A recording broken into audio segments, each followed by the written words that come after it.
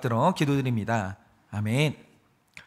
오늘 함께 나누실 말씀의 제목은 주를 기뻐하는 것이 우리의 힘이다. 주를 기뻐하는 것이 우리의 힘이다 라는 제목으로 함께 말씀을 나누도록 하겠습니다. 여러분은 뭐가 가장 기쁘고 힘이 되십니까? 어떨 때 가장 기쁘고 힘이 되실까요? 물론 제가 우리 아내를 보니까 돈을 줄 때 제일 기뻐하더라고요.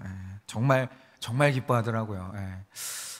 그리고 그런 날이 있죠. 어느 날 이제 내가 거울을 보면 그날따라 이제 화장이 잘 먹고 그날따라 헤어스타일이 괜찮은 날이 있어요. 그러니까 외모가 좀 괜찮으면 힘이 나죠. 그래도 우리가 직장에서 인정받고 만약에 성공을 했다, 어떤 프로젝트가 성공을 했다, 너무 기쁘죠. 너무 힘이 되고. 우리 삶에 이렇게 힘이 되고 기쁜 것들이 너무 많이 있는데, 그러면 여러분, 교회의 기쁨과 힘은 무엇일까요? 반듯한 건물이 있는 거 좋죠. 재정이 넘치면 너무 좋을 것이고, 이 공동체에 함께하는 우리 식구들이 많아지면 분명히 힘이 될 것 같습니다. 그런데 저는 이제 그렇습니다. 제가 이제 이렇게 목회를 하다 보면 어떤 분들이 일이 잘 됐다고 기뻐서 소식을 전하고 합격했다고 힘이 나서 소식을 전할 때가 있어요. 기쁨이 회복됐고 힘이 넘칩니다. 저도 좋죠.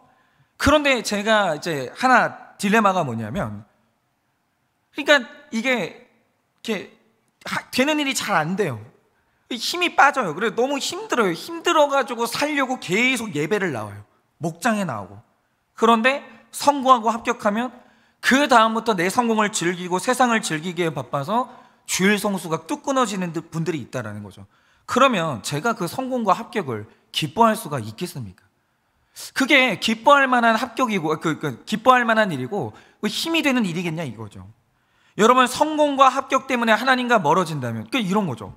성공하고 합격해가지고 하나님과 그것 때문에 가까워지는 것이 아니라 성공하고 합격하는 그 순간 하나님하고 멀어지는 거예요. 그럼 저는 그것 때문에 애통하고 힘이 빠지는 겁니다. 그 힘이 올바른 힘이겠습니까? 그 기쁨이 올바른 기쁨이겠냐 이거죠.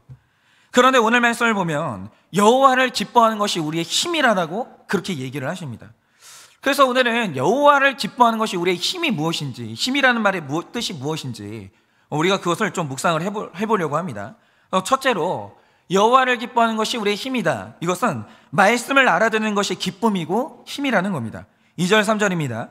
일곱째 달 초하루에 제사장 에스라가 율법책을 가지고 회중 곧 남자나 여자나 알아들을 만한 모든 사람 앞에 이르러 수문학 강정에서 새벽부터 정오까지 남자나 여자나 알아들을 만한 모든 사람 앞에서 읽음에 뭇 백성이 그 율법책에 귀를 기울였는데 라고 합니다. 그러니까 오늘 말씀을 보시면 알아들을 만한 사람이라는 표현이 2절 3절에 두 번에 걸쳐 나옵니다.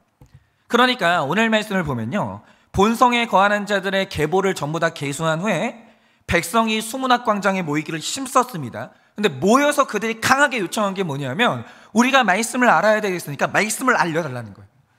말씀을 전해달라는 거예요. 알고 싶다라는 거죠. 그러면서 그들이 율법책 가져오기를 청했습니다. 말씀을 알려달라는 거죠. 한마디로 이게 제가 볼 때는 구약 성경 전체를 통틀어서 처음 나오는 말씀 사경이에요. 부흥 집회예요. 그래서 제가 지금 이제 내년 목회 계획을 지금부터 이제 구상을 하고 있는데, 제가 코로나 때는 목회 계획을 구상을 안 했어요. 왜 그러냐면 하면 뭐 할 거예요. 언제 코로나 사태가 터질지 모르는데. 그래서 제가 목회 계획을 구상을 안 했는데, 제가 이번 주에 전도사님들 이제 불러다 놓고 우리 내년 목회 계획 짜자. 그래서 짰는데 두 개 굵직한 걸 하나 계획하고 있습니다. 하나는, 이거 확정은 아닙니다. 그냥 제 머릿속에 있는 구상이에요. 하나는 뭐냐면 전교인이 다 같이 이게 휴가 가는 거예요. 휴가를 가는 건데, 저는 빡센 거 되게 싫어하거든요. 그냥 진짜 아침에 우리 진짜 큐티 말씀으로 말씀 나누고, 그 다음에 점심이나 저녁에 진짜 가정 세미나, 그 세미나 하나 듣고, 그 외에는 먹고 자고 쉬는 거, 그것만 하는 거. 그래서 다 같이 이제 애들도 거기 가가지고 같이 이제 수영하고 놀고, 그냥 책 보든지 나머지 시간에 책을 보시든지 유튜브를 보시든지. 그때 유튜브 볼 때 아내들 뭐라고 하지 마세요. 그날은 남편들이 퍼져가 유튜브 보고 냅두세요. 그냥 유튜브를 보시든지 독서를 하시든지 주무시든지 계속 하세요. 그리고 공동체가 같이 푹 쉬고 오는 거. 이제 모여서 이제 말씀 나누고 막 이런 거 하는 거죠. 그리고 이제 뭐 밥은 새끼 다 해주고 누가 뭐 그렇게. 아, 꿈 같네. 아. 그래서 저는 이렇게 전교인 수양회 가면 전 그렇게 하려고요. 그렇게 하고 내년에는 부흥회를 한번 할까 이런 생각 가지고 있습니다. 어쨌든 간에 지금 이 이스라엘 백성들 가운데 구약에서 처음으로 이제 대중 부흥 집회가 이제 생긴 거예요. 그런 이제 이 말씀이 뭐냐면 본성에 거하는 회중 중에 말씀을 알아들을 만한 사람이 많아졌다는 뜻이죠. 그런데 여기서 이제 가장 큰 힘은 말씀을 알아듣는 것이 힘이라는 것인데, 그럼 여기서 알아듣는다라는 말의 뜻이 뭐냐라는 거죠. 여러분, 알아듣는다는 것은 당신이 지금 한국말을 하고 있으니까 당신의 말의 해석인데 그 뜻이 아니에요. 여러분, 말씀이 우리에게 전하고 있는 메시지가 있거든요. 근데 알아듣는다는 것은 무엇이냐면 그 말씀 듣고 분별력이 생겨서 내 주제를 알았다, 내 실상을 파악했다, 그거예요. 그런데 내 주제를 모르고 현실을 파악하지 못하니까 어떤 것도 기쁨이 안 되고 힘이 없다라는 거죠. 예를 들면 이런 겁니다. 여러분, 제가 목회를 하는데 사실 그래요. 목사는요, 직업 자체가 욕바지예요. 그러니까 제가 여러분들 월급 주고 동원하는 게 아니잖아요. 돈 주고 이렇게 동원하는 게 아니기 때문에, 그러니까 목사는 둘 중에 하나예요. 존중받든지 무시받든지 둘 중에 하나예요. 그래서 제가 만나는 분들도요, 양극단이에요. 저를 존중해 주시는 분들은 굉장히 정말 너무 과분하게 존중을 해주지만, 사실은 저를 무시하는 분들은요, 말 그대로 사실 개무시를 당합니다. 네가 뭘 알아? 네가 뭔데? 그러니까 저라는 사람은 이게 말씀의 특성상, 그러니까 저는 그냥 강의하는 사람이 아니잖아요. 그러니까 말씀을 전달하는 사람이기 때문에 말씀에는 쓴소리가 있거든요. 그 쓴소리를 하다 보면 굉장히 험한 얘기를 많이 들어요. 그래서 제가 무시를 많이 당하고. 근데 그때 여러분, 제 주제를 모르잖아요. 그럼 제 주제가 뭡니까? 그럼 전 종이에요. 그러니까 제가 신학교에 다닐 때 딱 그러는 거예요. 저희 교수님이 앞으로 여러분들이 목회자가 되면 종이 돼야 된다. 종은 종인데 성도님들이 종님이라고 부르게 만들어라. 그러는 거예요. 그 뭔 소리예요 도대체? 아니, 종이면 종이고 다른 건 다른 거지. 그 두 가지는 있을 수가 없는 거잖아요. 그럼 저는 종이에요. 여기 존중받으려고 온 게 아니라는 거죠.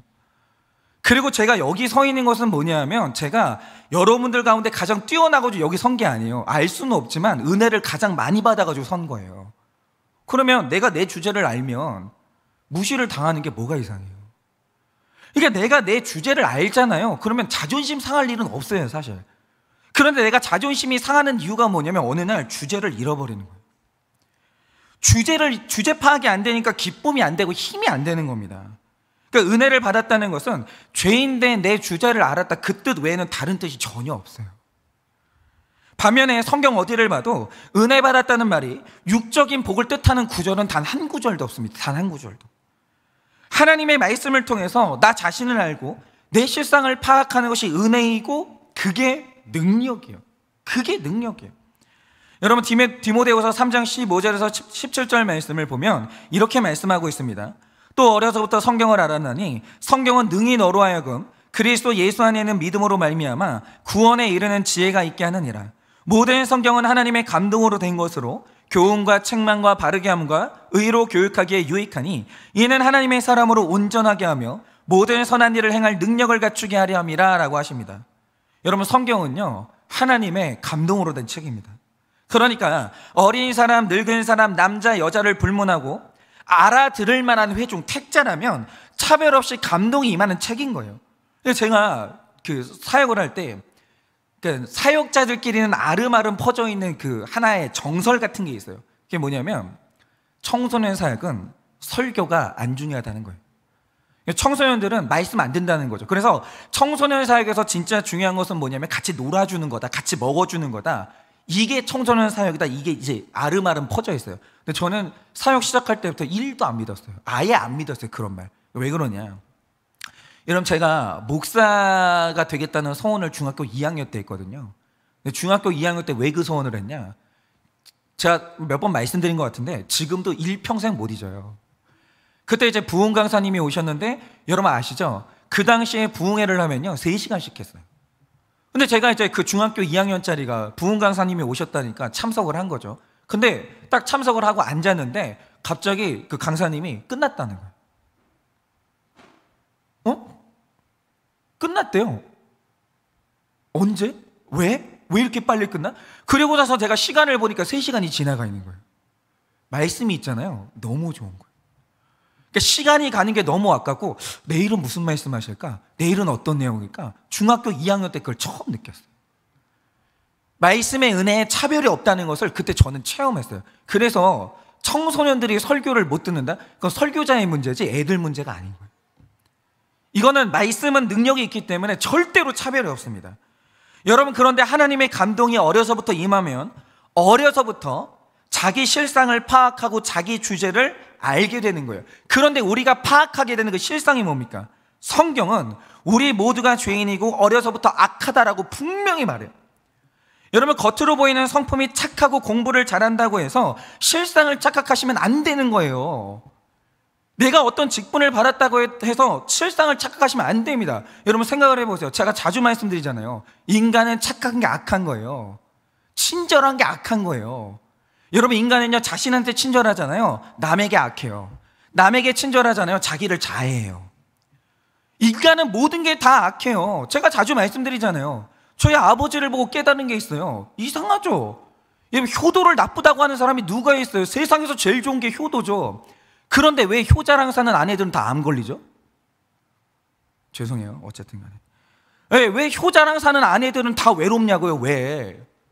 착하죠. 좋은 거 맞아요. 효도는 진짜 좋은 거예요. 근데 중요한 게 뭐냐? 인간은요, 착한 게 악한 거예요. 선한 게 아무것도 없어요. 그런데 그런 내 실상을 파악하려면요, 말씀이 아니면 안 되는 겁니다. 이 실상을 알려면 말씀을 알아야 되는 거예요. 그런데 에스라가 말씀을 읽을 때, 그러니까 에스라가 자신한테 주목하게 하지 않고 말씀을 귀를 기울게 하는 거예요. 그래서 이스라엘 회중들이요, 알아들을 만한 자가 됐습니다. 그런데 알아들었어요. 말씀이 들렸어요. 일어난 현상이 뭔지 아십니까? 펑펑 우는 거예요. 내가 그래서 망했구나. 내 아내가 그래서 아팠구나. 내 죄 때문에 이 교회가 이렇게 됐구나. 목회자도 울고 성도도 울고 남편도 울고 아내도 우는 거예요. 여러분, 진짜 여러분, 그 세상에서 제일 나쁜 게 뭔지 아십니까? 자존심이에요. 여러분, 만약에 우리 교회에 싸움이 일어나잖아요. 왜 그런지 아십니까? 목회자가 자존심 세워서 그래요. 자존심이 뭔데요? 아니, 예수님도 자존심 다 내던지고 완전히 벌거벗은 채로 십자가에 매달리니까 우리가 구원을 받았잖아요. 근데 내 자존심이 뭐라고? 그건 아무것도 아니에요. 그냥 인간의 자존심이라는 건 쓰레기예요. 여러분, 자존심이 있잖아요. 밥 먹여주는데 아무 도움이 안 돼요. 아니, 근데 내 자존심이 뭐라고 자존심을 세워요? 그러니까 이런 거예요. 어떤 가정들마다 하여튼 문제가 있거나 아니면 이렇게 지옥 같은 가정이 있어요. 이유가 뭐냐? 자존심이 다 써요. 남편도 자존심 세고 아내도 자존심 세고 다 자존심이 있어요. 여러분, 제가 말씀드렸잖아요. 제가 정확히 말씀드릴 수 있는데, 지옥에 있는 사람들은 사연이 다 다르죠. 근데 공통점이 있어요. 지옥에 있는 사람들은 다 자존심이 세요. 자존심 센 사람들은 회개 절대 못해요. 어떻게 회개할 거예요? 잘못했다는 그 말 한마디를 절대 못해요. 절대로. 그런데 그러다가 지옥 가요. 여러분, 천국에 있는 사람들은 다 다르겠죠. 공통점이 하나 있어요. 그들은 자존심을 버렸다라는 거죠. 그리고 그들은 이 자존감이 높은 거예요. 그러니까 이런 거죠. 자기 주제를 알아야죠. 아니, 죄인한테 무슨 자존심이 있어요. 여러분, 우리는요, 구원받았고 하나님 자녀라는 자존감은 있어도 자존심은 쓸데가 없는 거예요. 그 뭐가 중요해요? 아무것도 중요한 게 아니거든요. 근데 제가 목회가 괴로워지는 이유가 뭐냐? 자존심이 올라오잖아요. 목회가 그날부터 되게 괴로워져요.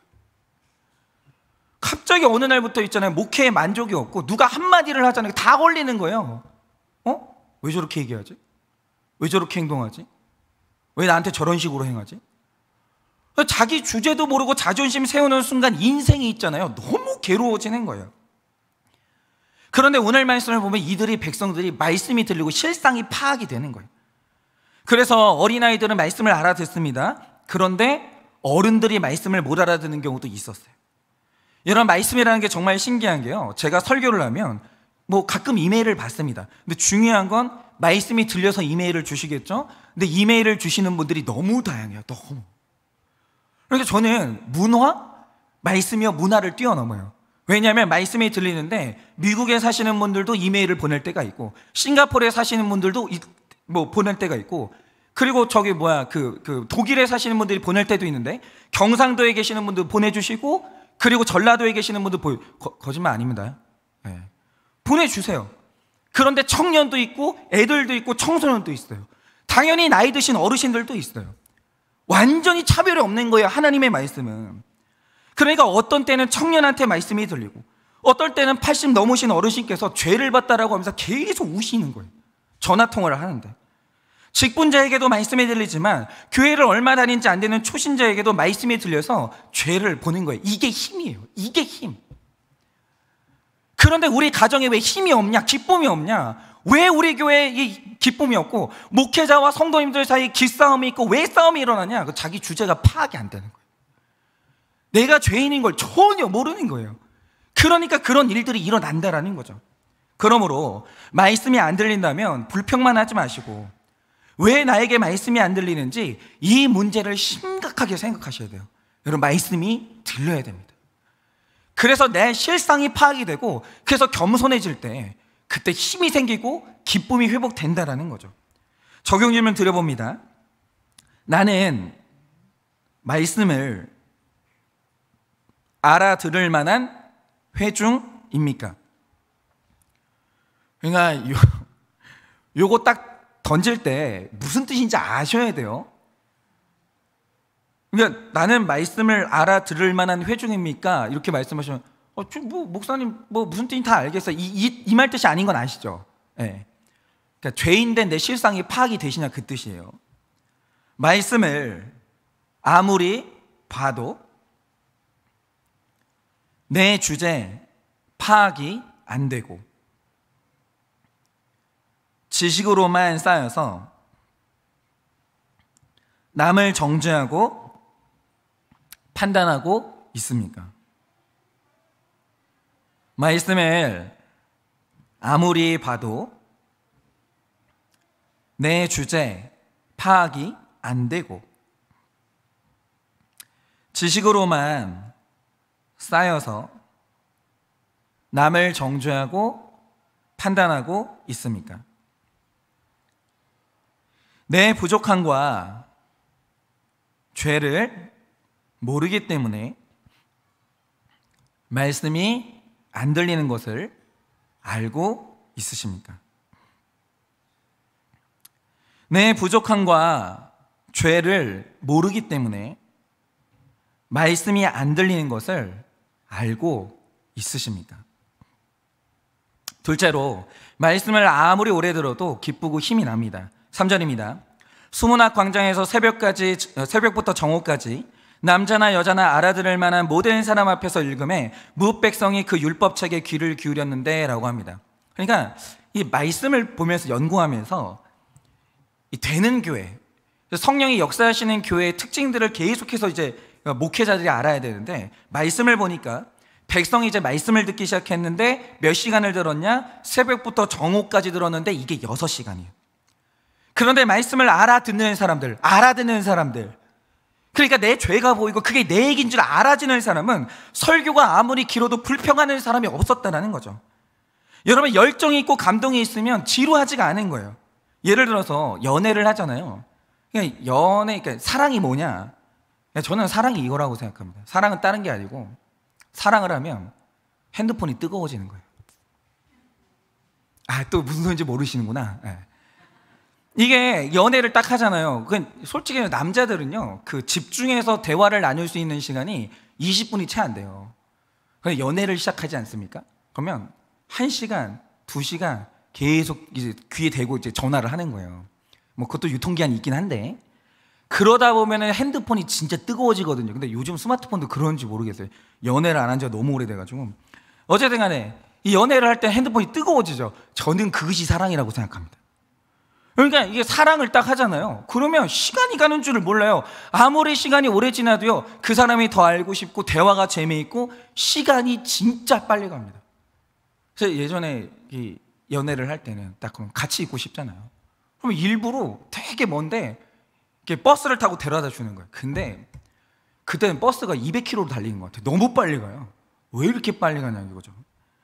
그런데 연인과 통화하는 시간, 대화하는 시간이 어느 날 길다고 느껴질 때가 있습니다. 졸린데 그만하자. 그럼 이제 둘 중에 하나예요. 결혼할 때가 됐든지 헤어질 때가 된 거예요. 그런데 여러분, 이건 교회도 마찬가지입니다. 최근에 이제 어떤 분이 저한테 그런 말씀을 하셨는데, 뭐 저희 교회는 이제 지하에 있는 교회죠. 근데 이제 뭐 그전에는 이제 그런 말이 없었는데, 우리 성도님들이 이제 공동체가 이제 많이 식구들이 많아지다 보니까 주차장이 되게 불편합니다. 그리고 뭐 우리 교회에 지금 화려한 찬양팀이 있는 것도 아니고 우리 전도사님이 혼자서 엄청 고생하고 있어요.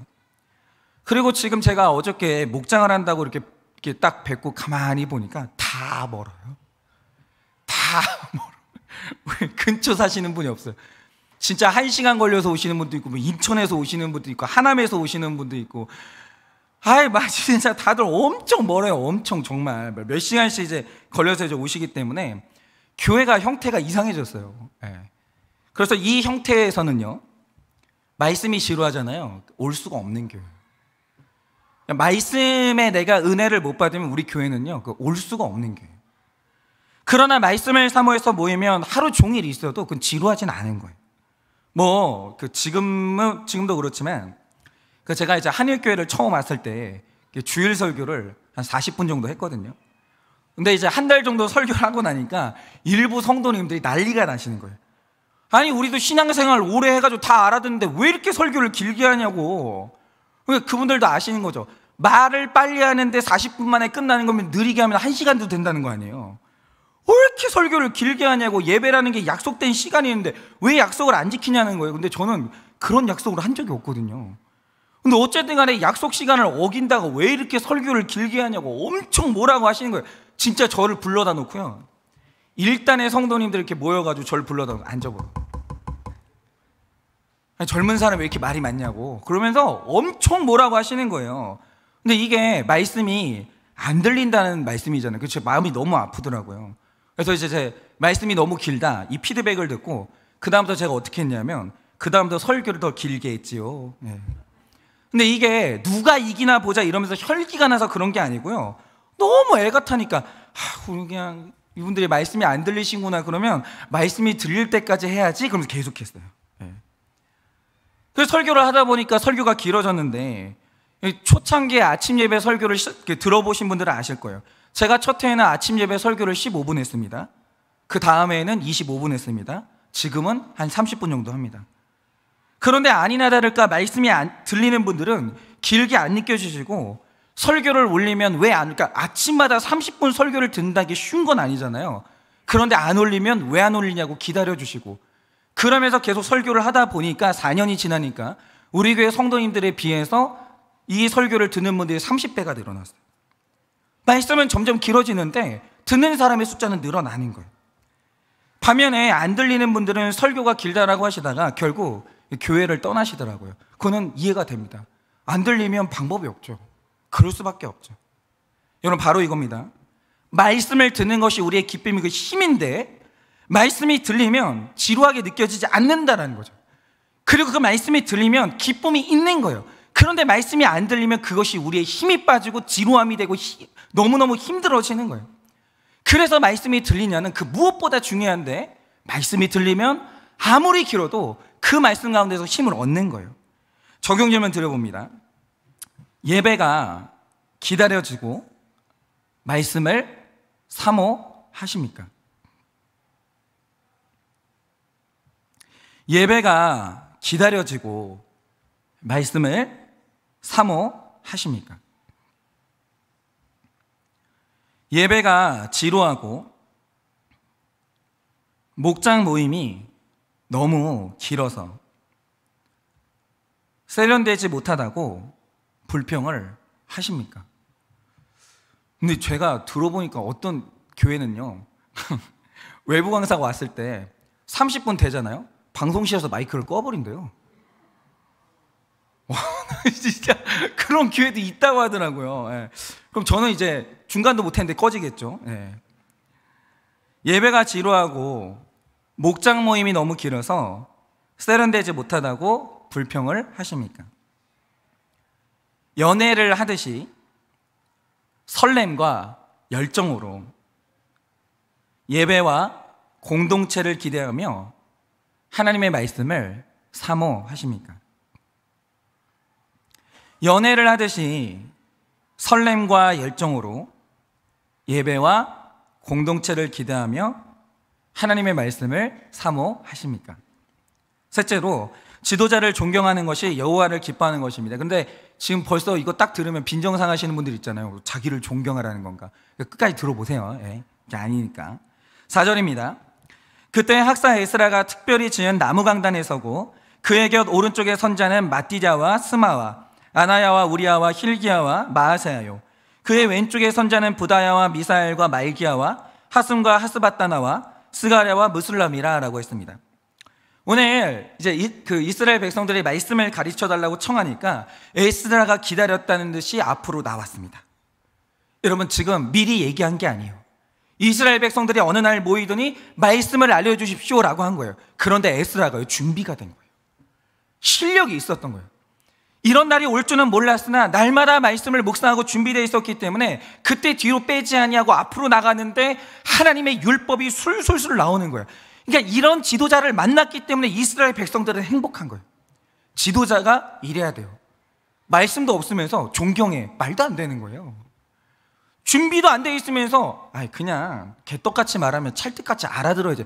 세상에 이렇게 비인격적인 말이 어디 있어요? 막 그러는 거예요. 원고 한 장도 준비를 안 해놓고 갑자기 주여 받았대요. 지금 받았대. 그래서 말도 안 되는 말을 막 하는 거예요. 그럼 그거는 준비된 게 아닙니다. 그러면서 마치 그게 있잖아요. 막 직통기 씨가 무슨 최고의 무슨 경지인 듯이. 제가 그런 말하다 말실수하는 설교자들 너무 많이 봤어요. 하나님의 섭리가 준비해 있는데 무슨 그런 걸 다 건너뛰고 그런 게 어디 있어요. 그런데 오늘 에스라를 보면요, 준비되어 있었습니다. 백성들이 말씀해달라고 하니까 앞에 나와가지고 술술술 나오는 거예요. 그런데 여기서 중요한 게 뭐냐, 말씀을 보면 에스라가 섰는데 어디에 섰냐? 특별히 지은 나무 강단에 섰다라고 합니다. 그런데 특별히 지은 나무 강단이 뭐냐면 백성이 모였을 때 올라설 수 있고 모두에게 보이고 모두를 바라볼 수 있는 강단이에요. 그러니까 에스라가요, 설교자로 섰는데 모두가 보는 자리에 섰다라는 거죠. 근데 이 말 뜻이 뭐냐면 그의 삶도 그랬다라는 거예요. 설교자는요, 설교만 모든 사람이 볼 수 있는 데서 하는 게 아니에요. 설교자, 지도자의 삶은요, 노출되어 있는 거예요. 그 삶이 말씀하고 일치되어 있는 것을 성도들이 볼 수 있어야 되는 거죠.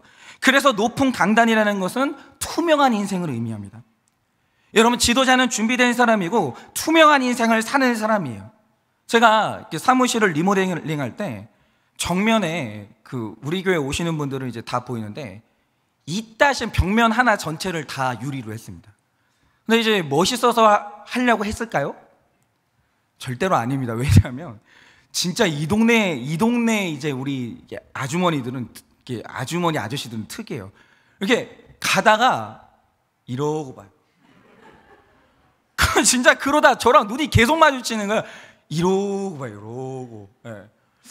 여기가 도서관인가, 책이 많으니까 여기는 뭔가. 그리고 어떤 제가 이제 새벽에 아침에 저는 5시 반에 나와 있으니까 이제 한 번 더 원고를 봐요. 아침에 와가지고 원고를 딱 보고 있는데 누가 개를 끌고 내려오시는 거예요. 며칠을 봤대요. 여기가 뭐 하는 데냐고 물어보시더라고요. 그러니까 보세요. 저렇게 투명한 데다 저는 저기서만 진물을 보거든요. 상담도, 저랑 상담하신 분들은 알죠. 상담도 저기서 하고 설교 준비도 여기서 하고 여기서 다 해요. 그게 편할까요? 저기서는 졸지도 못해요. 그런데 이렇게 한 이유가 뭐냐 하면 사방이 막힌 데 있으면요, 전 사고 쳐요. 아니 100% 죄인이 아무도 안 보는 데 있으면 뭐 하겠어요? 죄나 짓지. 저는 제 주제를 너무 잘 알아요. 그래가지고 저기를 뻥 뚫어달라고 한 것이지요. 그러니까 이 지도자는요, 의무적으로 투명해야 돼요. 안 그러면 죄 지어요. 투명해야 됩니다. 그런데 준비되고 투명한 지도자에게 하나님이 어떤 은혜를 주셨냐? 그 오른쪽과 왼쪽에 사람이 세워졌는데 오른쪽에 섰던 마띠자는 여호와의 선물, 스마는 들음과 순종, 아나야는 여호와가 응답하셨다는 뜻이고요. 우리아는 여호와의 등불, hil기야는 여호와는 나의 재산, 마아세야는 여호와의 사역입니다. 그리고 왼쪽에선 부다야는요, 여호와께서 구속하셨다. 미사엘은 하나님은 어떤 분이신가? 말기야는 나의 왕은 여호와, 하숨은 부유함, 하스바다나는 친구가 되다라는 뜻입니다. 그리고 스가랴는 여호와께서 기억하셨다. 무술람은 보상이라는 뜻을 각각 가지고 있어요. 이름만 봐도요, 너무 좋은 인재들이에요. 여러분, 만약에 어떤 지도자든지 이런 사람 13명만 있잖아요. 교회에 일어나요. 그 교회는요, 되는 교회예요. 어떤 지도자 옆에 이렇게 신실한 사람들이 있고 함께 힘을 합치잖아요. 그 교회는요, 사람 살릴 수 있습니다.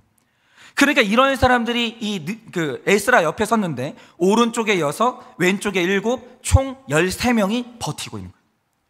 그래, 이런 거죠. 음흉한 지도자, 속에 뭐가 있는지 알 수가 없는 지도자, 불투명한 지도자, 준비도 안 된 지도자, 이런 사람 옆에는 제자도 없고 사람도 없는 거예요. 그런데 에스라가 준비됐죠? 투명하죠? 이렇게 살아나가고 있으니까 이 사람한테 제자가 있고 지체가 있고 동역자가 있는 거예요. 그래서 제가 에스라한테 또 배우는 거예요. 아, 이런 거구나. 여러분, 지도자가요, 노출도 안 하고 자기 연약함이 뭔지 말도 안 하고 늘 있잖아요, 정제된 모습으로 알려고 하지 말라고. 그러니까 목사가 무슨 말하면 아멘 하면 된다고. 여러분, 이런 식으로 하면 누가 그 사람 옆에 있겠어요? 숨도 못 쉬겠는데. 그렇게 매력 없는 사람 옆에 누가 있겠냐 이거죠. 아무도 없는 거예요. 정말 에스라한테 또 배우는 거예요. 여러분, 내가 지도자의 자리에 있는데 지도자는 목회자만 말하는 게 아닙니다. 여러분, 부모는요, 존경 못 받으면 끝이에요. 내가 자녀에게 존경을 못 받는데 뭘로 교육할 겁니까? 교육이 안 되는 거예요. 그래서 애가 가정교육이 안 됐다는 것은 뭐냐면 지금 그 집에 부모님이 존경을 못 받고 있다, 그 뜻이에요. 여러분, 내가 지도자에 있는데 자신을 좋아하고 따르는 사람이 하나도 없다면 그 자기 삶의 결론입니다. 왜 우리 자녀들은 내 옆에 있는 걸 숨막혀 할까요? 왜 자녀들은 내 옆에 있지를 않으려고 할까요? 왜 내 옆에 아무도 없을까요? 왜 나를 도와주는 사람이 없을까요? 그들의 잘못일까요? 아니요. 여러분, 내가 한 가정의 지도자가 됐고 교회의 지도자가 됐고 이 작은 소그룹의 지도자가 됐는데 내 옆에 아무도 없다, 그 자기 삶의 결론이에요. 돌아봐야 합니다. 지도자는 원래 외로운 거야. 아니에요. 누가 그래요? 저도 그런 줄 알았거든요. 목회는 외로운 거래요. 저 안 외로운데요?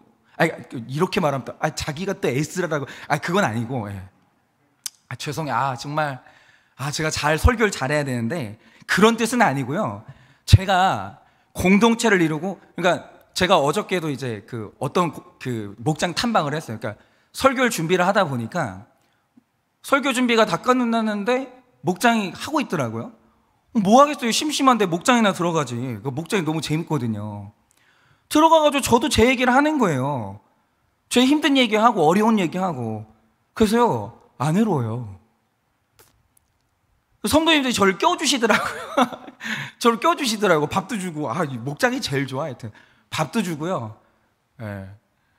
외롭지 않더라고요. 여러분, 목회는 외로운 거 아니에요. 목회가 외롭고 인생이 외롭잖아요. 문제 있는 거예요. 뭐가 심각하게 잘못되고 있는 겁니다. 여러분, 하나님의 일을 할 때는요, 반드시 옆에 사람 붙여주시는 겁니다.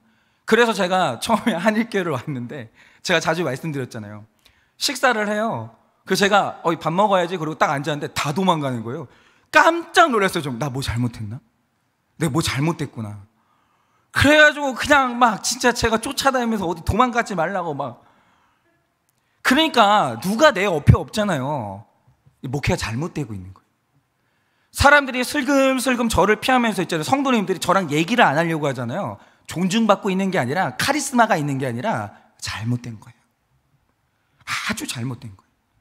5절입니다. 에스라가 모든 백성 위에 서서 그들 목전에 책을 펴니 책을 펼 때 모든 백성이 일어서니라 라고 합니다. 그래서 여러분, 그 존경이라는 것은요, 주장하고 요구하고 카리스마 있게 다 그래서 요구되는 게 아닙니다. 제가 볼 때 존경은요, 이 에스라를 보니까 자연스러운 거예요. 여러분, 내가 말씀을 사모하게 되면, 은혜만 받으면요, 뭘 안 해도 돼요. 저절로 목회에 대한 존경심이 우러나고요, 그 자리에서 일어나게 됩니다. 은혜를 못 받으니까 안 되는 거예요. 은혜를 받는데 왜 그 목회자를 싫어하겠어요? 그럴 리가 있어요.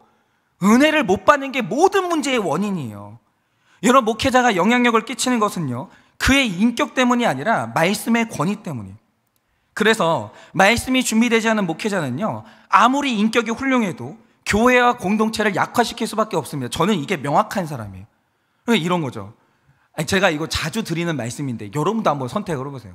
진짜 우리 동네에 너무 좋은 선생님이, 의사 선생님이 계시는 거예요. 가면은 우리 예지한테 예쁘다고 해주고 너무 친절하게 설명해주고 진짜 인격이 그렇게 훌륭할 수가 없는 거예요. 그냥 얼굴 보고 있으면 은혜를 받는 거예요. 얼마나 그냥 부드러운지 표정이. 근데 그분이 집도하는 수술 들어가면 다 죽어 나오네. 그런데 왜 그런 의사 선생님들 있잖아요. 까칠해가지고 예민해가지고 환자분 말 좀 하지 말라고, 당신이 뭘 하냐고, 제가 알아서 할 테니까 가만히 있으라고, 친절하고 설명도 안 해주고 까칠한 의사였어요. 근데 그분이 집도하는 수술을 들어가잖아요. 다 살아나오는 거예요. 어느 병원에 입원하실래요? 병 걸리시면. 여러분, 솔직히 인격 좋은 목회자가 어디 있습니까? 아니, 인격 좋은 목회자가 어디 있어요? 다 100% 죄인인데. 아니, 목사가 다 거기서 거기죠. 그러니까 목회자는요, 빨리 고백을 하든가 들키든가 둘 중에 하나예요. 그러니까 제가 맨날 고백 빨리 하잖아요. 저 돈 욕심 많고요, 혈기도 있고. 아니, 무슨 자꾸 왜 사람한테 기대하세요? 아니, 목회자가 인격이 좋아봤자 얼마나 좋겠어요. 그 사람이 말씀에 붙들려 있냐 아니냐 그 차이일 뿐이지. 여러분, 말씀이에요. 말씀이 있으면 되는 거예요. 여러분, 제가 아버지 목회를 보면서 깨달은 게 그겁니다. 제가 자주 말씀드리지만 제 아버지는 자세와 열심으로서는요, 저는 100점이에요. 제가 말씀드리잖아요, 전 제 아버지 싫었거든요. 아버지가 좋은 아빠가 아니었기 때문에 싫었어요. 근데 우리 아버지가 쪽팔린 적은 없었어요. 아버지가 열심히 사역했고 깨끗이 사역했기 때문에 제 아버지가 저를 부끄럽게 만든 적은 단 한순간도 없었어요. 언제나 정직하려고 애를 쓰고 열심히 했어요. 그런데 교회가 너무 약해지는 거예요. 성도님들이 자꾸 교회를 떠나는 거예요. 그런데 그 원인을 알게 된 거는 오랜 시간이 걸리지 않았어요. 왜냐? 우리 아버지 설교가 너무 재미가 없는 거예요. 그걸 내가 알죠. 우리 아버지가 모든 자존심을 내려놓고, 저희 아버지가 제가 진짜 잘 되기를 바라는 마음으로 저희 아버지가 저한테 해주셨던 이 조언 중에서 저는 황금처럼 여기는 조언이 있어요. 그게 뭐냐? 현성아, 아버지는 말씀이 준비가 안 됐었다. 그건 사랑이에요. 그 조언은. 아버지는 자기 목회를 포장한 적도 없고 저한테 변호한 적도 없어요. 제가 오로지 잘 되는 마음으로 저희 아버지가 저한테 해주신 최고의 조언이 뭐였었냐면, 아들아, 아버지는 말씀이 준비가 안 됐었다.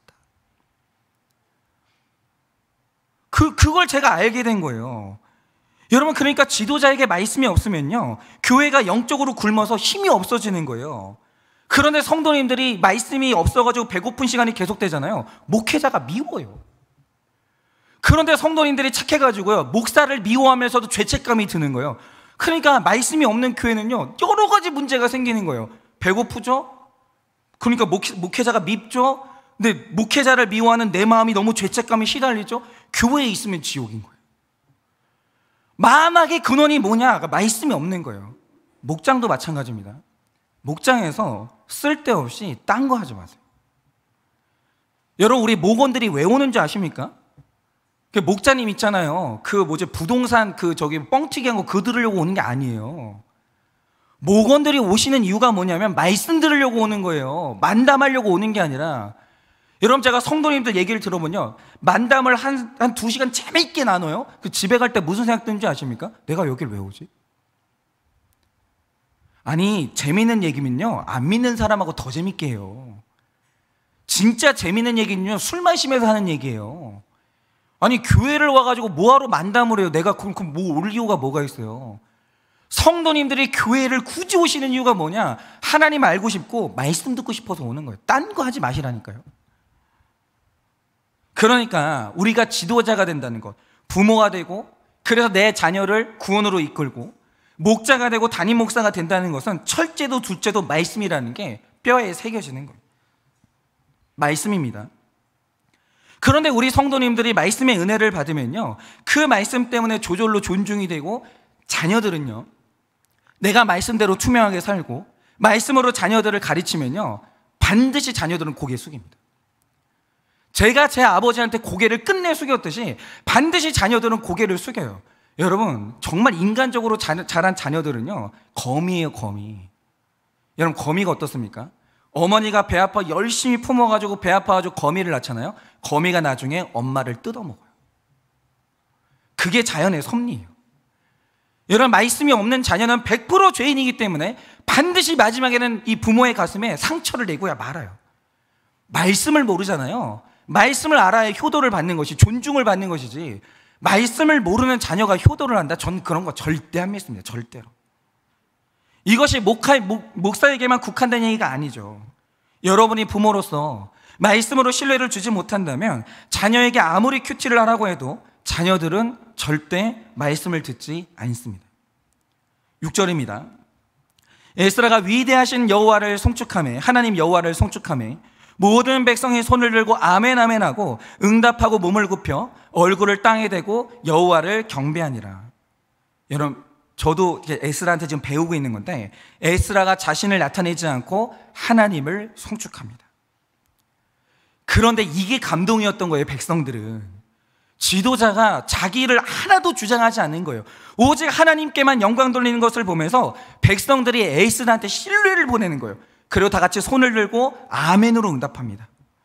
그런데 아멘으로 응답하고 몸을 굽히는 것은 절대적인 복종이고, 얼굴을 땅에 대는 것은 자신을 극도로 낮추는 모습이에요. 그러니까 지금 우리 21세기의 성도님들은 분별력이 대단합니다. 아, 저 목사가 지금 자기 선전한다. 다 도망가요. 그런데 저 목사님이 오직 말씀만 전달한다. 나하고 하나님하고 자꾸 연결하려고 한다. 자기는 빠진다. 그럼 그 교회는 신뢰를 받는 것이죠. 그러니까 21세기의 교회라는 거는요, 목회자가 말씀으로 신뢰받지 않으면 망해요. 더욱더 거룩이 요구되고 있어요. 그러니까 지금 이 유튜브 시내는요, 모든 목사님들의 설교가 다 오픈되거든요. 그러니까 일단 성도님들이요, 설교가 오픈되지 않는 교회는 안 가요. 일단 설교가 오픈돼야 그 말씀 듣고 가보는 건데, 설교가 자기 노력이 있고 정결하지 않으면 오픈을 못하는 걸요. 지금 마지막 세대로 가면 갈수록 거룩이 없으면 목회는 못해요. 자녀들도 마찬가지입니다. 자녀들은 부모님을 다 봐요. 얘들은요, 영원한 어린이가 아니에요. 진짜 이 자녀들이 어릴 때, 저도 마찬가지인데, 제 딸은 영원한 어린이가 아니거든요. 진짜 이 아이 앞에서 날마다 옷깃을 여미고 날마다 거룩하게 살지 않으면 나중에 반드시 한 대로 가품을 당합니다. 그러니까 이렇게 에스라가 말씀을 제대로 전파하니까 겸손할 수밖에 없었던 거죠. 그러니까 존경받는 목회자, 존경받는 목자님, 존경받는 우리 부모님들은 회중이 복음에 절대 순종하도록 인도하는 사람인데, 말씀을 열심히 준비하고 전하는 사람인 거죠. 그러니까 목회자가 몸에 힘주고 다니면서, 그러니까 저희 아버지가 지금도 지금 아마 보고 계시죠? 네, 저희 지금 이거 보고 계시거든요. 저희 아버지가 늘 불만인 게 뭐냐면 제 헤어스타일이에요. 저희 아버지가 제일 원하시는 건 올백이에요, 올백. 그러니까 제가 올백하고 어느 날 나타나면 정신 차리라고 해주시면 돼요. 막 진짜 제가 어느 날 있잖아요, 쓸데없이 부교육자들 있잖아요, 뒤에 줄줄 달고 다니면서 보스 행세하잖아요. 여러분들이 저한테 한 말씀 해주셔야 돼요. 그러니까 목회자가 목에 힘주고 다니면서 성도님들이 있잖아요, 카리스마로 제압하려고 하고, 그것은 순종이 아닙니다. 목회자가 큰 소리 쳐서 성도님들이 순종하는 게 아니라는 거죠. 요즘 세상에 누가 그래요?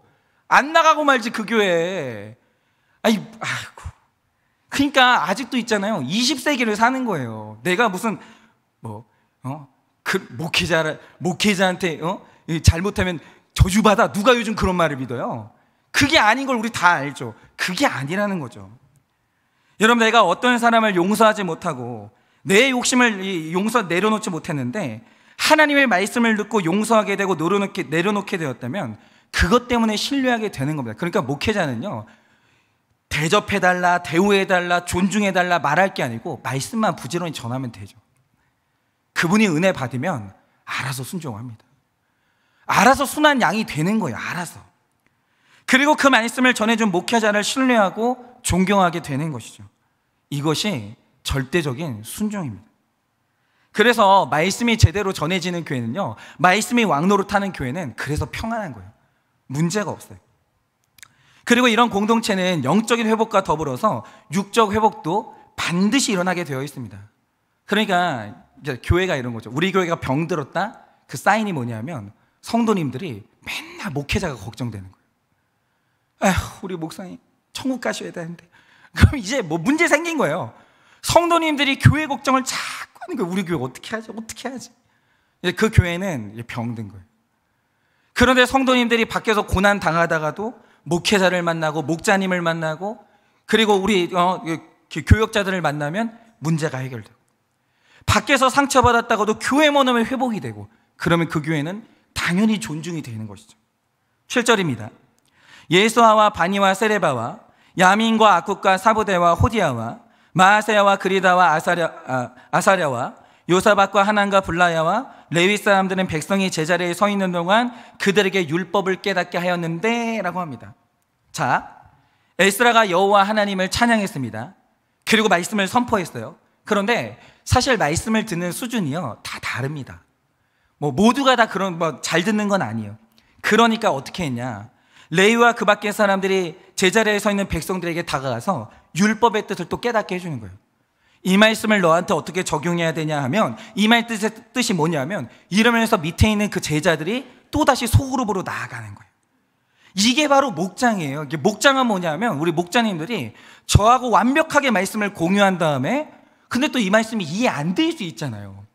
그러면 내 양떼들하고 같이 만나가지고, 목원들하고 만나가지고 이 말씀의 뜻이 뭐지 다시 설명해주고 적용해주고 고민해주고 이렇게 하는 거예요. 그래서 목장이 있어야 되는 거예요. 여러분, 디모데후서 3장 16절은 이렇게 말합니다. 모든 성경은 하나님의 감동으로 된 것으로 교훈과 책망과 바르게 함과 의로 교육하기에 유익하니. 여러분 보세요. 그럼 올바른 말씀은 뭡니까? 말씀이 제대로 선포된다는 것은 뭐죠? 이거 우리가 정확히 알아야 되는데, 성경의 내용을 보면요, 교훈과 책망의 말씀이 압도적으로 많아요. 교훈과 책망. 여러분, 성경은요 교훈이고 책망이에요. 성경 말씀은요 기본적으로 쓴소리예요. 왜냐? 이 말씀이 죄인을 향해 쓰여졌거든요. 이 죄인이 돌이키고 하나님 나라에 같이 가려면 교훈을 얻어야 되고 쓴소리를 받아야 되는 거예요. 책망을 받아야 되는 거예요. 그러니까 목사라고 하더라도요, 어느 날 내가 책망 듣는 게 싫어진다, 그럼 저는 구원이 안 되는 거예요. 세상에 그거보다 교만한 게 어디 있어요. 그래서 제가 지금도 제일 걱정되는 게 뭔지 아세요? 우리 아버지 돌아가시는 거예요. 우리 아버지 돌아가시고 나면 누가 나한테 책망해 줄 거예요. 그래서 제가 지금도 진짜 애를 쓰는 게 뭐냐면, 제 인생에 지금 멘토들이 몇 분이 있거든요, 어르신들이. 근데 그분들을 잃지 않으려고 애를 쓰는 거예요. 나한테 책망 안 해주면 저는 어떻게 해요? 그럼 저는 아니, 제가 나이를 먹어갈수록 사실은 쓴소리하는 게 힘들어지는 사람이 될 텐데, 어른들이 없고 스승이 없어지면 전 누구한테 책망을 들어요? 쓴소리를 듣고. 저도 그런 공동체는 있어야 될 거 아니에요. 여러분, 잘 된다 하면서 잘하고 있다 하면서 무조건 위로를 베푸는 게 성경이 아니라는 거죠. 여러분, 우리가 성경의 가르침을 통해서 교훈과 책망을 잘 받아들이면 위로는 저절로 따라오는 거예요. 그 사람이 존경스러운 지도자, 용기 있게 책망해주고 처방해주고 책임같이 지는 사람. 집사님 이렇게 하셔야 돼요. 집사님 이 선택을 하셔야 돼요. 이게 맞는 선택이에요. 그 욕심이에요. 말하고 같이 책임져야죠. 그분이 올바른 선택해서 고난당한다, 같이 책임지는 거죠. 내가 그 처방을 했는데. 근데 책임지는 게 싫어가지고 쓴소리를 못한다? 누가 존경하겠어요 그걸? 성도님들은 다 알거든요. 아, 저 사람이 자기 안전을 위해서 쓴소리를 못하는구나. 다 알죠. 여러분, 잘 된다, 부자 된다, 병 낫는다는 메시지는 본질적인 회복을 줄 수가 없습니다. 그러므로 우리 목자님들, 그런 분들 있어요. 이게 목장을 하다 보면 제 설교에 시험 드시는 분들이 있죠. 죄송하죠. 그러니까 저도 문제가 뭐냐면, 이렇게 쓴소리 할 때는 그래도 목소리는 좀 부드럽게 해야 되잖아요. 쓴소리 하는데 표정도 딱딱하고 목소리도 크고, 무슨 싸우자고 하는 사람처럼 막 그러니까 시험 들죠. 그럼 막 여기저기서 보고가 들어와요. 막 목사님 시험 들었대요. 목사님 막 교회 떠난대요. 막 이러면서 막 그래요. 그러면서 이제 그러는 거죠. 목사님 근데 그런 메시지 이제 안 해야 되지 않을까요? 스타일은 변할 수 있어요. 그리고 만약에 저 때문에 시험 들었다고 하면 100번이라도 고개 숙이고 사과할 용의가 있어요. 메시지는 못 바꿔요. 죄송한데. 그러니까 저보고 메시지를 바꾸라는 말은 성경 내용을 다시 쓰라는 거잖아요. 제가 이만희도 아니고. 여러분 위로만 받으려고 하지 말고 우리 목장에서 책망 받아야 됩니다. 책망 받아야 돼요.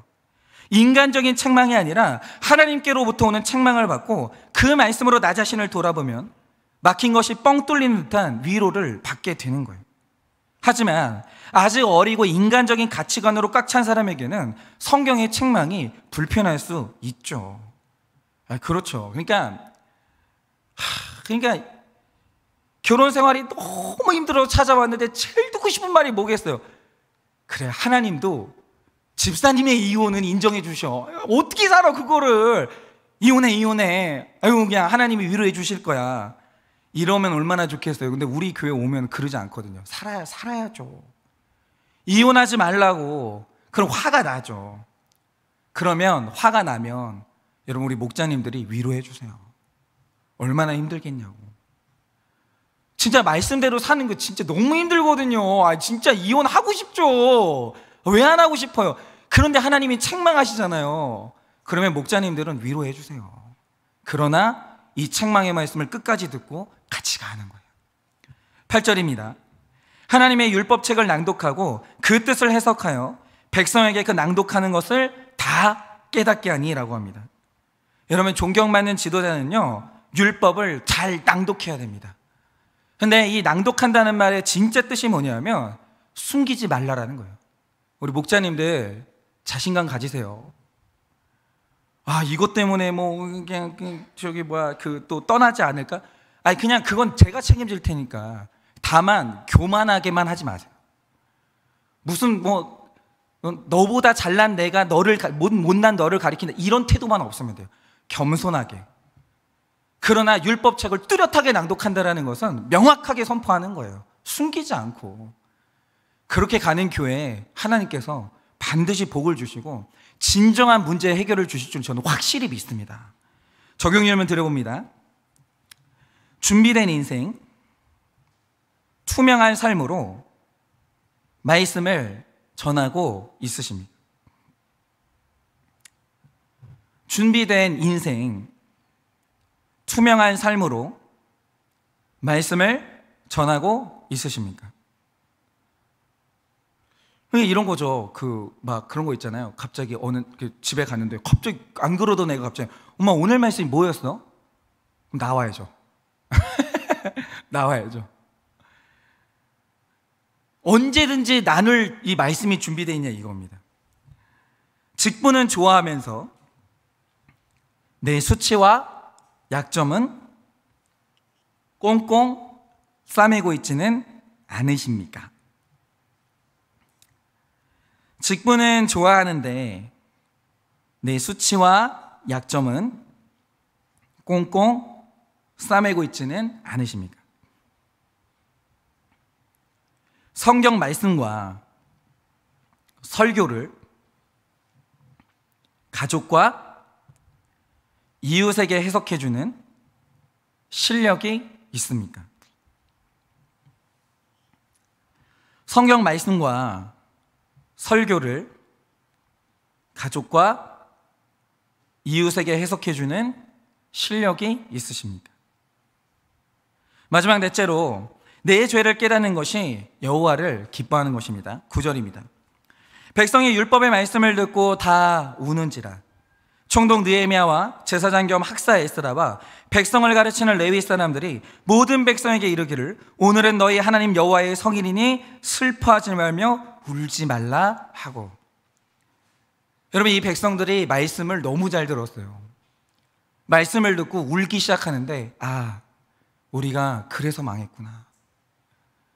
내 자녀들이 그래서 아팠구나. 내 목회지가 그래서 힘들었구나. 제가 목회자 세미나를 몇 번 한 적이 있었는데 이제 목회자 세미나를 딱 하잖아요. 그 목사님들이 몇몇 목사님들이, 많이는 아니고 몇몇 목사님들이 화가 여기 끝까지 차가지고 오시는 분들이 있어요.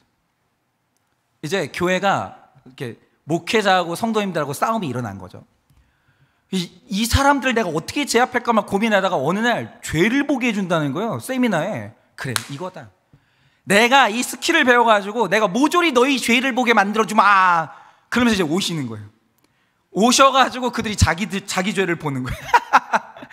우리는 남의 죄 보는 법은 안 알려주거든요.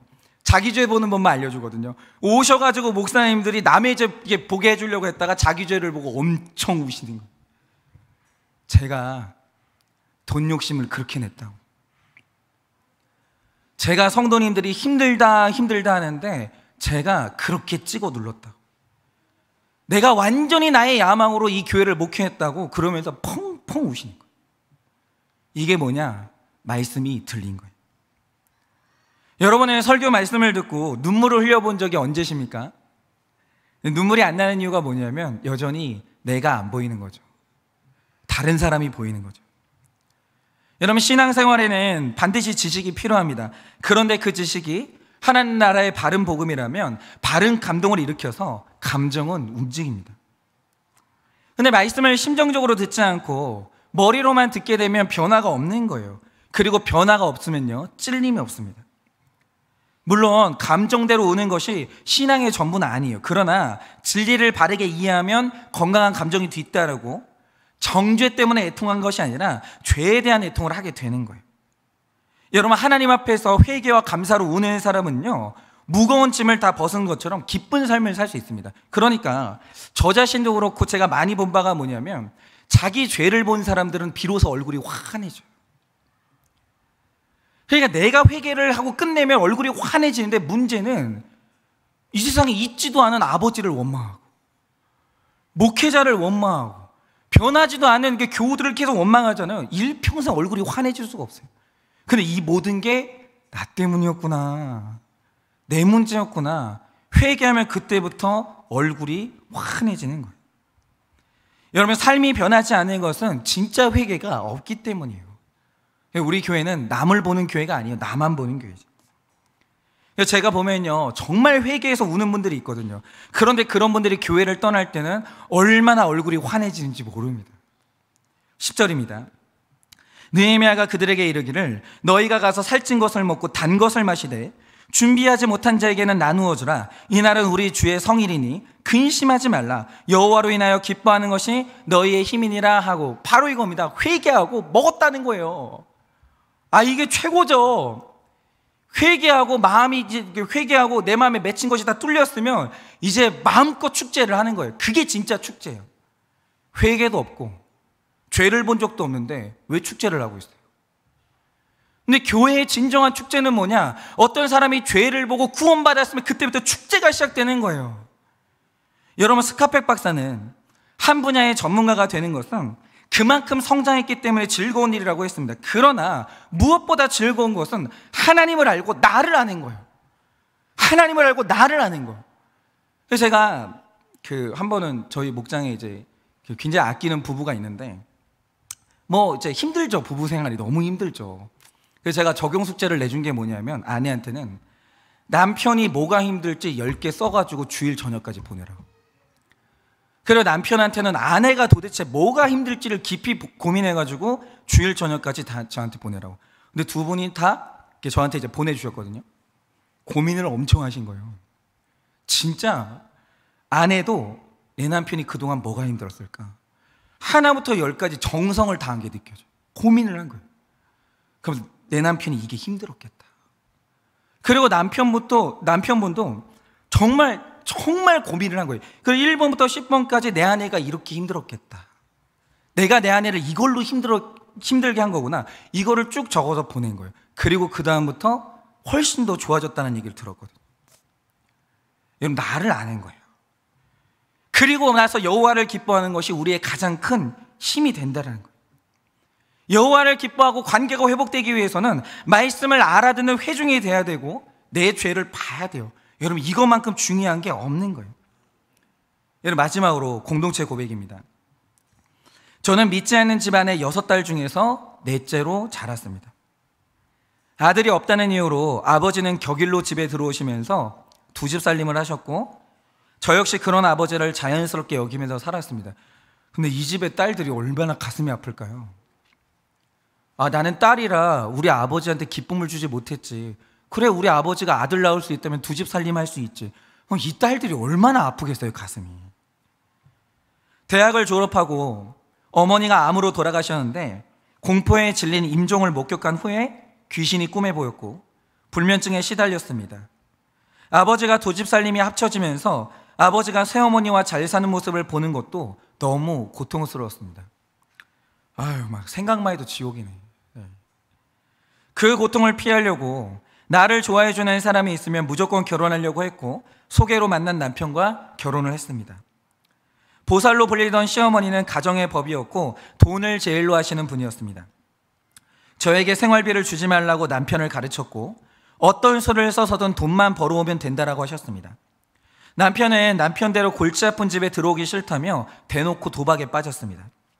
이혼을 하고 싶었지만 이혼해서 돌아갈 친정이 없었습니다. 어려움 속에 신앙생활을 시작했지만 기쁨도 힘도 없었습니다. 그렇게 20여 년을 믿어도 변하지 않는 환경과 끝날 것 같지 않은 고난으로 지쳐가고 있었습니다.